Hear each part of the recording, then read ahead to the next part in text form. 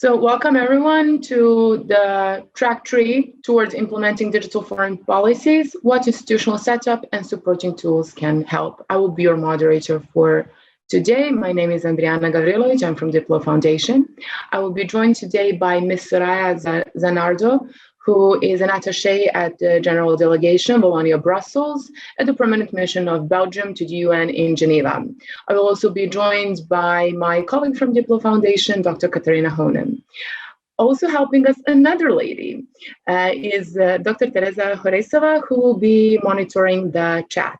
Teresa will make sure that all the questions, concerns, comments, any reflections that you have and that you posted in the chat are reflected in the main discussion. Also, if you want to, you can raise your hand either in the Zoom or you can do so physically, and I will unmute you and give you the floor. Now, no one likes a moderator that talks too much. Let me just briefly outline what we will do in this session, and then I will mute myself and hand it over to our speakers. This 30-minute session, well, 23-minute session, will unfold in 3 10-minute intervals. In the first one, our speakers will give their introductions.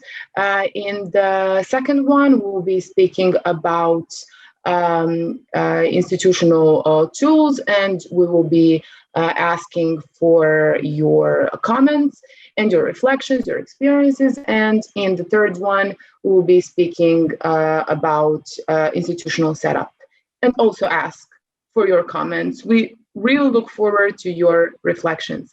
Now, as Kat said in the breakout room 2, roundtable 2, this is not about me. Therefore, I'm muting myself and giving over the floor to Soraya. Over to you. Thank you very much, Adriana. Greetings to everybody. Just here we go. The PowerPoint is already on. So as Adriana said, my name is Soraya Zanardo and I work in Geneva at the Delegation Générale Wallonie-Brussels, and that's part of the Belgian mission to the UN. And our question in this discussion session is about the institutional setup and the supporting tools that will help digital foreign policies. So if you can go to the next slide, I'll jump directly to this first, a bit of reflection, because we're in a discussion session. So I thought I'd just put here some ideas, some questions to you. So this one is a very general policymaking cycle, a very basic one where you've got 3 steps: plan, implement, and evaluate. And when we are talking about drafting digital foreign policy, we'd assume that we're situated within this planning phase. And in our question, in our discussion session, when we're talking about the institutional setup, then I'd venture the idea that we're moving a little bit towards implementing, so that we are hovering a little bit between planning and implementing. At the same time, this is a cycle, and a cycle has no beginning. So where do we start if we want to have a digital foreign policy? Can we start actually with an institutional setup is the question I asked myself, because in Belgium, there is no digital foreign policy, but we do have some institutional setups and tools that maybe we'll start to evaluate, and then that will help us plan something else. Maybe we'll stay with a more coherent approach in our institutional setup. Maybe we'll plan a policy, we'll see. So that's the first question or reflection to you. And then the next slide, please. And then my other kind of reflection for this group was yes, now we know there are a few quite comprehensive digital foreign policies that we've heard about, and they actually are quite impressive exercises.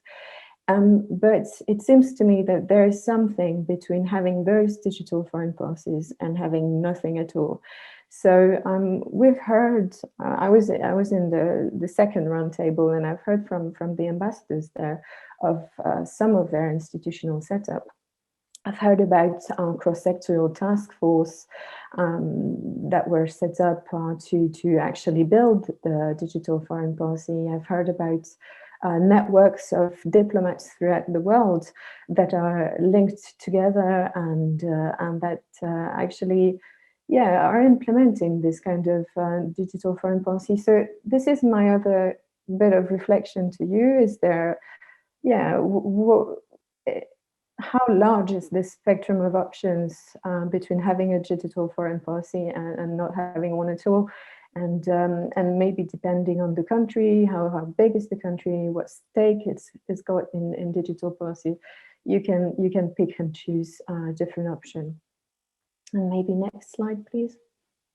So yeah, before the question, I would quickly talk about our experience in Belgium. So it's a federal country, Belgium. There are regions that have a quite important role in international policies. And when it comes to digital policies, as I said before, we don't have a digital foreign policy.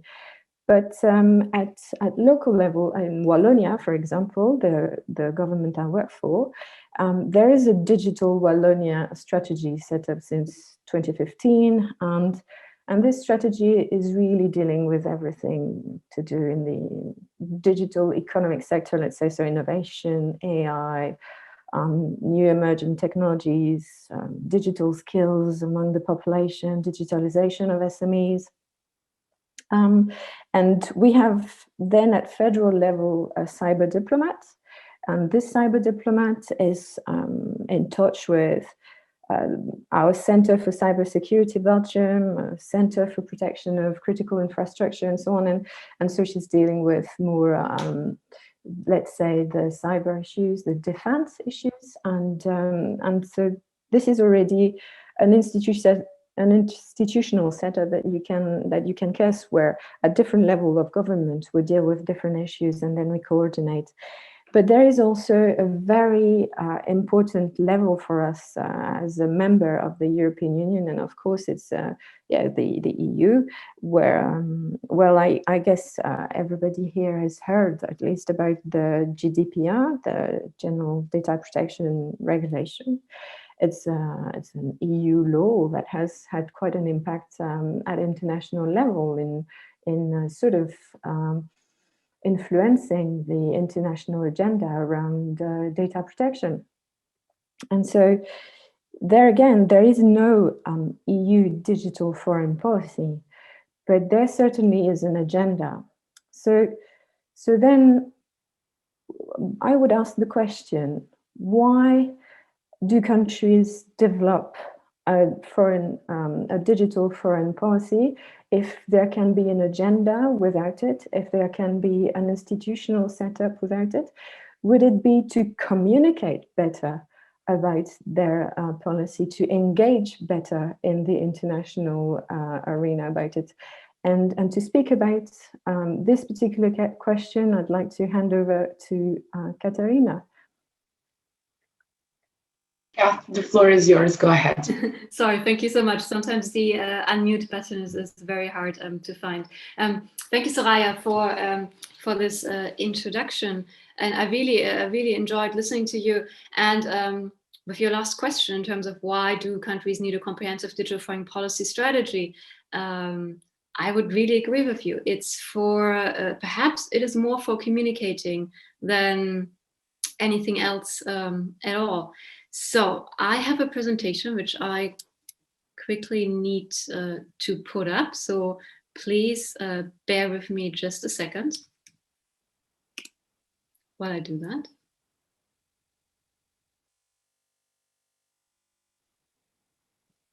And basically what I'm going to talk about is, first I want to give you a brief snapshot of our own research at DiploFoundation, what we've done under this umbrella of digital foreign policy. And there basically, we asked the question, how do countries communicate their approaches to digitalization through foreign policies and official strategic documents? And we basically mapped the approaches of various countries. So, and for that, I would like to show you my slides because it's always better to illustrate that with images. So we asked this question, how do countries communicate their different approaches? And this is very much in line with what you said, Soraya, in terms of perhaps it is more about communication, but that's a question also for our audience. So what we found in our research is that there are 5 countries that have what we would call comprehensive digital foreign policy strategies: Australia, France, the Netherlands, Denmark, and Switzerland. But also, as Soraya said, this is not all. Countries take a number of different approaches to communicate their strategic priorities and generally their perspective and approach when it comes to digital foreign policy. So in some cases, we have digital strategies that include foreign policy aspects. In other cases, strategic priorities are communicated on the websites of the Ministry of Foreign Affairs. And then last but not least, we have foreign policy strategies, which include digital policy aspects. And I guess this is not surprising, as digital is such an important topic. The other question that we very quickly came across in our research, so what is specifically the role of dedicated representatives in the area of digital foreign policy? And first of all, there are many different, a number of different names and designations given to these people. So we have ambassadors, envoys, or representatives. But then it's also interesting to note how specifically they are called. So we have, for example, tech ambassadors, or digital ambassadors, or cyber ambassadors. To give you a bit of an overview of what this looks like in Europe, here's a map of these representatives of various European countries. This comes from the European Union Research Service, and it's from May 2020. So I have a feeling this might already be outdated, but here you get an impression of the countries that have such a designated role. I would like to leave you for our discussion with 3 questions that I found most interesting and most important, and that might be a useful way of getting into the discussion. What role can or should tech ambassadors or representatives with a similar role but a different name play in implementation? What can we learn from comprehensive digital foreign policy strategies in terms of institutional setup for implementation? And last but not least, how do we deal with the challenge that everything is digital? And what I mean by that, there is probably no foreign policy aspect or topic that is not touched by digitization or digital topics somehow. So how do we address this challenge for implementation, and in particular, for example, for organizing the Ministry of Foreign Affairs or for coordinating between different ministries? Adriana, I could speak a lot to these 3 questions, but I think I will hand over to you first to guide us through the discussion and to see where you want to go with this discussion. Well, ladies, we have definitely more questions than we have answers. Now, I've caught that Soraya mentioned one thing in particular, saying, where do we start the legislative cycle? Can we start with the institutional setup? And Kath, you have 3 questions. Perhaps you would like to try to address each other's questions first? How does that sound? Okay, Soraya, can you remind me again of your key question? So the first one that Adriana proposes is where to start in a cycle that has no beginning. So where best to start? Maybe it was a question actually that we should have asked the ambassadors, but maybe you can answer from your experience in researching their policies. My impression is very much that you can start anywhere in the policy cycle, and as you said, it's probably reinforcing all these the different points in the cycle are reinforcing each other, and I think it very much depends on the country and how the institutional setup looks like in each country and the coordination. So my impression is for some countries it really helps to start with a digital foreign policy strategy, to consult different ministries, consult different people in the foreign ministry, and then basically bring everything together and have the strategy that guides the whole endeavor. I think the important thing to stress here is perhaps feedback loops. And as you basically alluded to, Soraya, in your presentation, what is important to stress is that we should not perhaps focus too much on a comprehensive digital foreign strategy. This is a good way for some countries. And for example, it is a great way to communicate. So for me, as someone who looks into these issues, it's great to go to the comprehensive digital foreign policy strategy and get a really rounded and good idea of the approach of that particular country. At the same time, I realized that this might be a really high challenge for some countries at this point. And similarly, it might not be the right way for all countries. So for example, I can imagine for Belgium, with the different coordination challenges there, a comprehensive digital foreign policy strategy might not be the best way of going about it, because there's so many levels to take into account. It would take us a long time to get there, I think, but I don't. Let's not despair. Can you remind me of your questions? Can you remind us all, maybe? Yeah, sure. So one of the questions was, what role can or should tech ambassadors play in implementation? Then I had the question of, what can we learn from comprehensive digital foreign policy strategies in terms of institutional setup for implementation?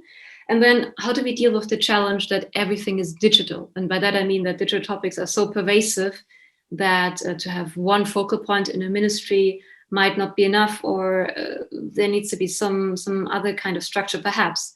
So these are my questions. I don't know, maybe Soraya, you want to pick up on one of them from your perspective. I'd say that I feel more legitimate to deal with the last one. Maybe the first one should be addressed to a cyber ambassador. So how do we deal with the fact that everything is digital is part of my daily job. So as Adriana said, I work as an attaché and I'm responsible of digital issues, and digital is everywhere in Geneva, everywhere. So of course there's the ITU, there's the CSTD, so Commission Science Technology for Development, that is at UNCTAD, there's e-commerce at the WTO, and even if you look at all everywhere in the WTO, it's about digital issues. Even disputes at the WTO are about digital issues. So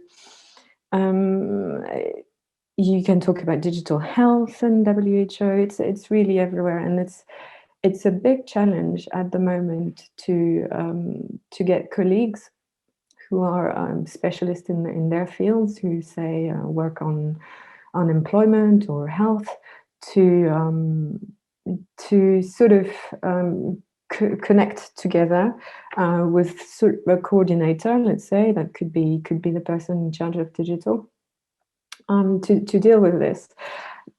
We have set up task force. We have set up mailing lists and sort of loose networks of experts that deal with these things, but there's nothing really systematic. And I believe that, yeah, maybe the fact of launching ourselves into drafting a policy, a digital foreign policy, could at least have this effect, this momentum of bringing everybody together.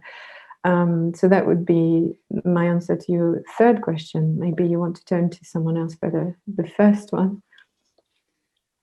Thank you so much. And what I just realized, which is very interesting, you talked about the network approach and bringing people together in this more networked kind of way, which really reflects basically the internet, or how digital topics are very, very often coordinated.